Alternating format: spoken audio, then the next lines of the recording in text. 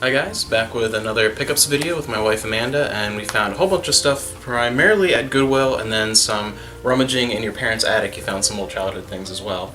We'll start with, I guess, the manga we found. We found like a ton.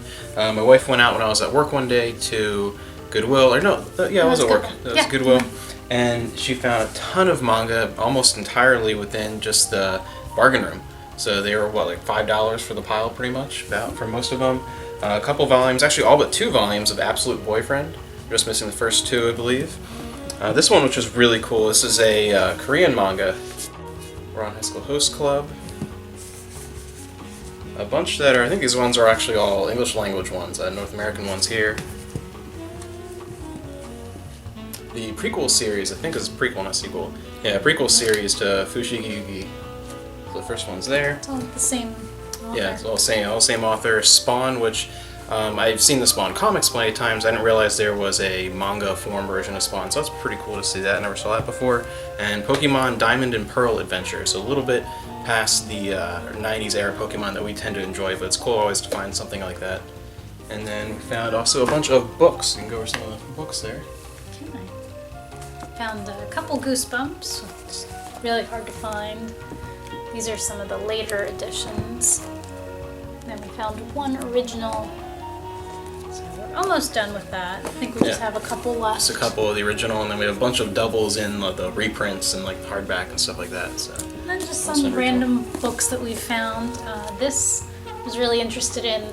There's a movie coming out of this in September, I believe. Yeah, I think so. So excited to read that first. And then we actually found one of the Choose Your Own Adventure books, which is really cool. They're weirdly hard to find because they released, what, 180 or some ridiculous thing? 187, I think there are, of the original. You can never find them. Which is really For that weird. many, and they were successful too. I mean, we just never find them.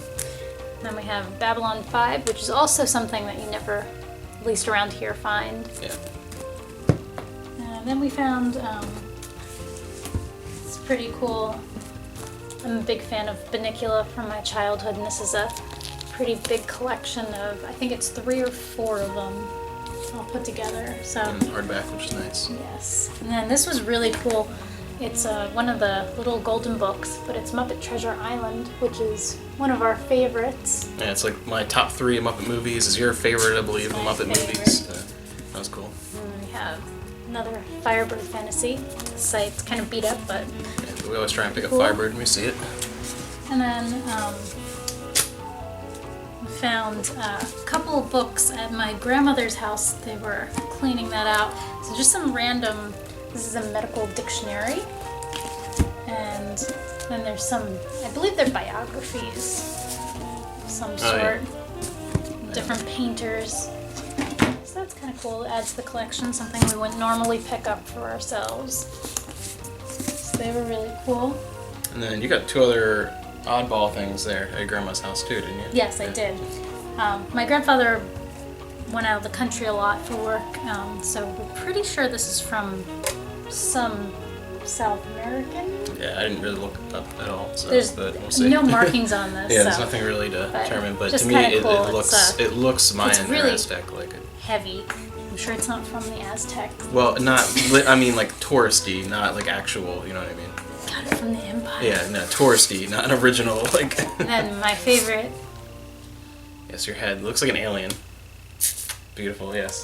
That hasn't been cleaned in like 50 years, it's gross. Fine. And then her dad gave me something that belonged to his father's, or her grandfather's, really cool, this Panasonic cassette recorder, I believe from 68 or 69, one of the first ever, and it's crazy. It's so heavy. I mean, so much of it is solid metal, and these are ones that a lot of reporters used to use with like a little like wire mic that would come out there, and it's really cool. And it's hefty. It's got to be like 2-3 pounds. Like it's really heavy metal. I remember really we used cool. to play with that, but we never had cassettes for it. We just kind of played around push with the it, but buttons. yeah, it is cool, and it does remind me. It really reminds me of the original Star Trek series, like tricorders and things, just because of that the black on the solid metal, that coloring and the general shape, and it just feels like heavy and hardy.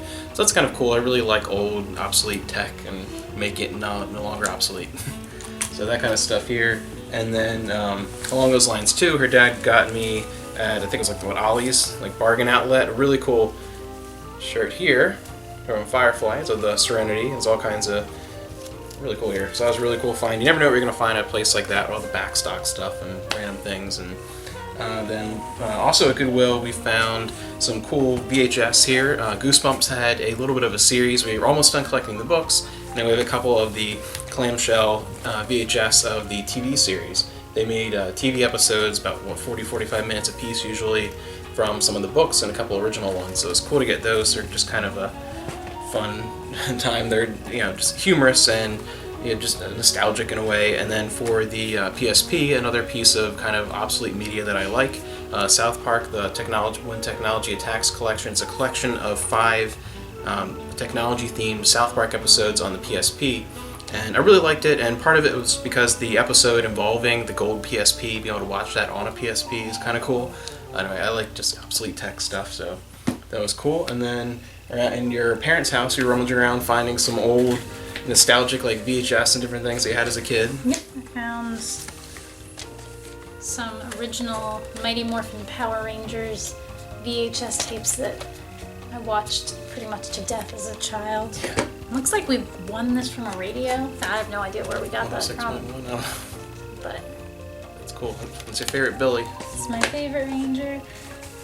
And this is one of my favorites.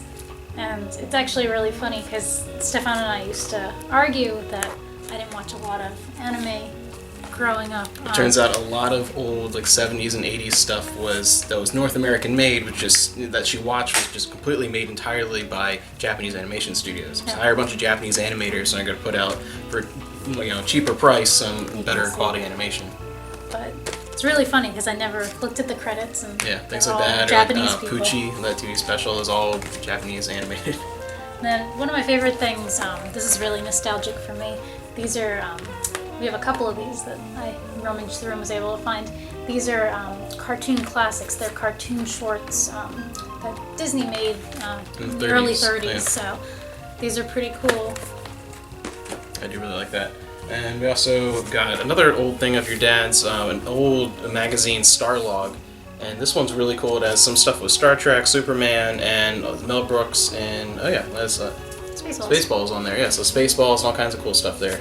So it's kind of an old, cool sci-fi related thing here. I really like that. And probably one of my favorite finds, this was awesome, for 25 cents, this big hardback children's book. It's the whole original The Wizard of Oz storybook with some beautiful artwork here throughout the whole thing. And I feel like I had this as a kid. Maybe I just recognize the art, but some gorgeous artwork here. And even better, we didn't even notice this when we found it, so for 25 cents, it's already amazing, because I collect Wizard of Oz stuff, I really like that. And whoever gave this up actually had it signed by the illustrator. The artist of the entire book signed it here to Linda, apparently, in 1993. So that's really cool. I really like having that, and for a quarter, that's pretty awesome. The last thing I found at my parents' house that I was super excited. Jumanji. Board game of Jumanji, which is actually not that great of a game, but I think that's just because we watched it. Yeah. I think that's just because when we watched the movie, we expected the game to be come as to exciting. life, to come to life, and it really didn't. We'll get a VR version of the Jumanji board That'd game be one day. awesome. That'd be really cool. Yes.